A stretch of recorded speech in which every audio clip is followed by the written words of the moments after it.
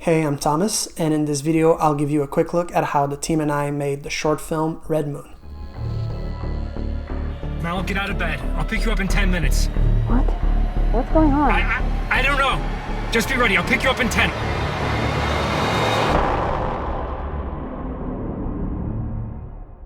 So the reason why I wanted to make this film is because I've always wanted to try making a live action short. I come from an animation background, so I directed and co-directed a couple of short films, and animation is great, but it takes a lot of time to make, often months, if not years, just for one film. So I wanted to try something different, a new challenge. I had never been on a set before, never directed actors, and I had never done a horror short. So I learned a ton while making this film, and now I'm going to share my experience with you. There's a lot of preparation needed to make a short film like this, and one of my favorite steps is the animatic. I start by doing a storyboard. I draw every shot in the movie and try to plan how things are going to play out. But then I can take those drawings and time them, do an edit, add temporary sound effects and music, and then I can kind of see the actual film for the first time. It's not just in my head anymore. It makes it easier to adjust things and to share my vision with the actors, the crew, and everyone involved. With the story and concept ready, it was time to prepare for the actual shoot. At this point, we were a team of 4. Eric was our director of photography, Maya was our producer, and Ryan was our assistant director. It was great to have a team at this stage because there was so many things to prepare. We had to do location scouting, which is find places that look right for the movie, then ask permission, rent the place, sometimes pay for insurance, rent gear, find the crew, cast the actors, and order catering. So like I said, that was a ton of work, and Maya, our producer, took care of most of it. So we were really lucky to have her. As you can expect, the shoot itself was a lot of fun and really exciting. In the end, we were more than 10 people on set, and everyone just wanted to make the best film possible.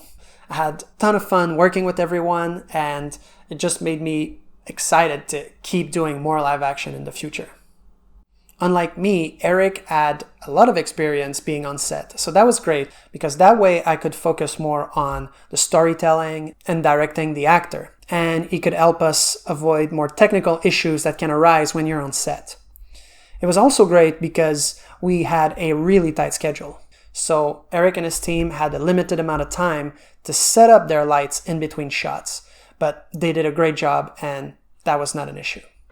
The tight schedule also limited our time with the actor.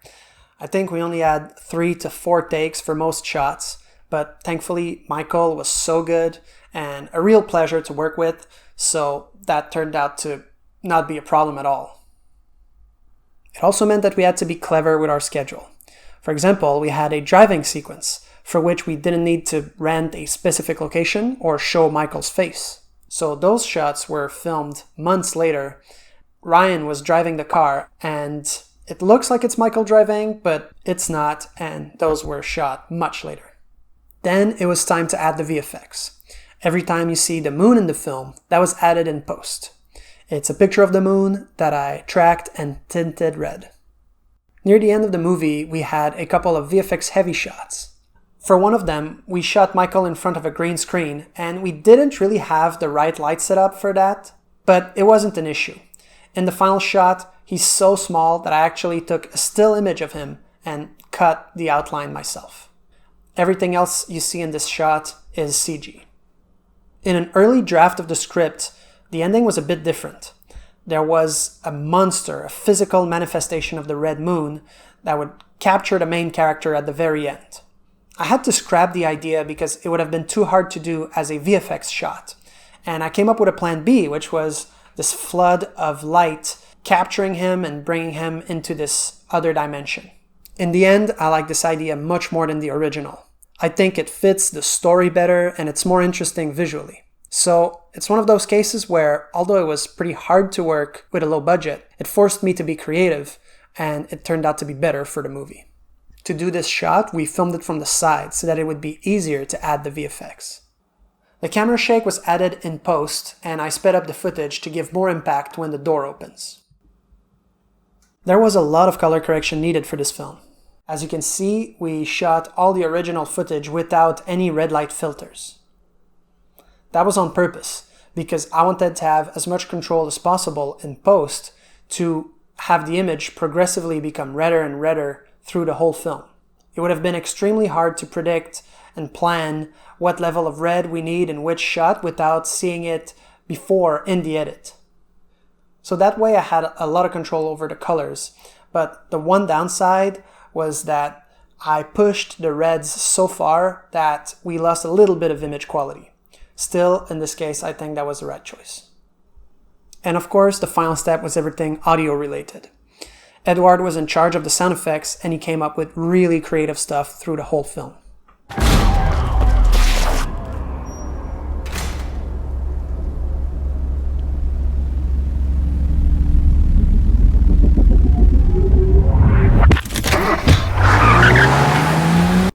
And I really like the soundtrack that Shane did for us, with the retro feel and the more intense part near the end.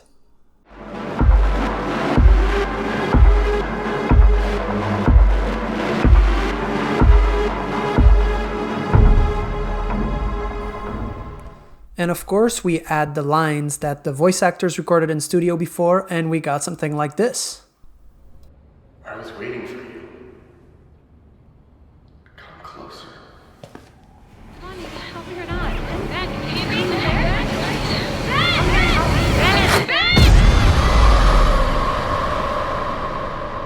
So there you have it, a step-by-step look at how Red Moon was made.